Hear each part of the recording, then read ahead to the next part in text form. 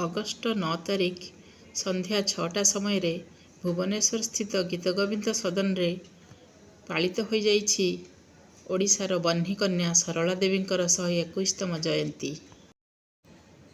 ସରଳା ଦେବୀ ସ୍ମାରକୀ ଟ୍ରଷ୍ଟ ଓ ଜଗତସିଂହପୁର ବିକାଶ ପରିଷଦ ପକ୍ଷରୁ ଓଡ଼ିଶାର ପ୍ରଥମ ମହିଳା ସ୍ୱାଧୀନତା ସଂଗ୍ରାମୀ ସରଳା ଦେବୀଙ୍କ 121ତମ ଜନ୍ମଦିବସ ଓ ଅଗଷ୍ଟ କ୍ରାନ୍ତି ଦିବସରେ ସମ୍ବର୍ଦ୍ଧିତ ହୋଇଛନ୍ତି 8 ଜଣ ଉତ୍ସର୍ଗୀକୃତ ବିରଳ ପ୍ରତିଭା।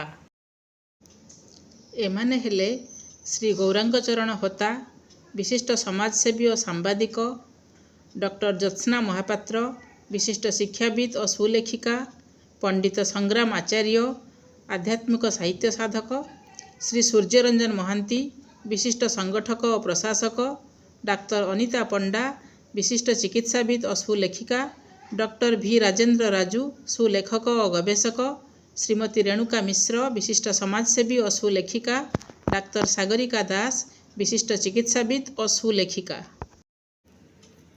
ଏହି ଉତ୍ସବରେ ଦ୍ୱିତୀୟ ସରଳା ଦେବୀ ପୁରସ୍କାର ପାଇଛନ୍ତି ବିଶିଷ୍ଟ ସମାଜସେବୀ ତଥା ହିନ୍ଦ୍ ସେବକ ସମାଜର ରାଷ୍ଟ୍ରୀୟ ଅଧ୍ୟକ୍ଷ ଶ୍ରୀଯୁକ୍ତ ଦାମୋଦର ସାହୁ।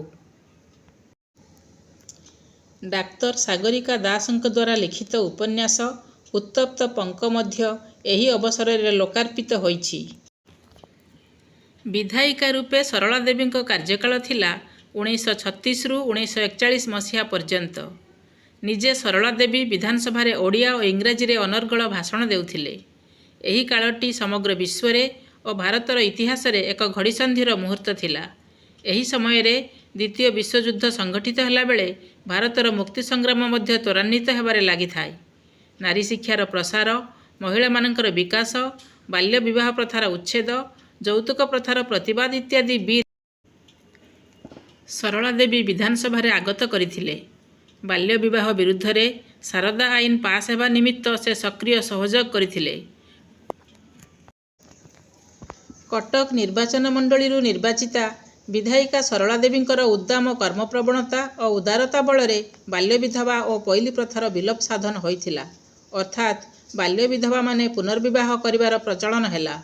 ତାଙ୍କ କାର୍ଯ୍ୟକାଳ ମଧ୍ୟରେ ଉତ୍କଳ ବିଶ୍ୱବିଦ୍ୟାଳୟ ପ୍ରତିଷ୍ଠା ବିଲ୍ ପାସ୍ ହୋଇଥିଲା।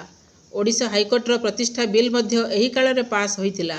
ଦୂରଦୃଷ୍ଟି ସମ୍ପନ୍ନା ପ୍ରଗତିଶୀଳା ସରଳା ଦିନକ ପାଇଁ 1939 ମାର୍ଚ୍ଚ ମାସ 24 ତାରିଖରେ ବାଚସ୍ପତି ଆସନ ମଧ୍ୟ ଅଳଙ୍କୃତ କରିଥିଲେ।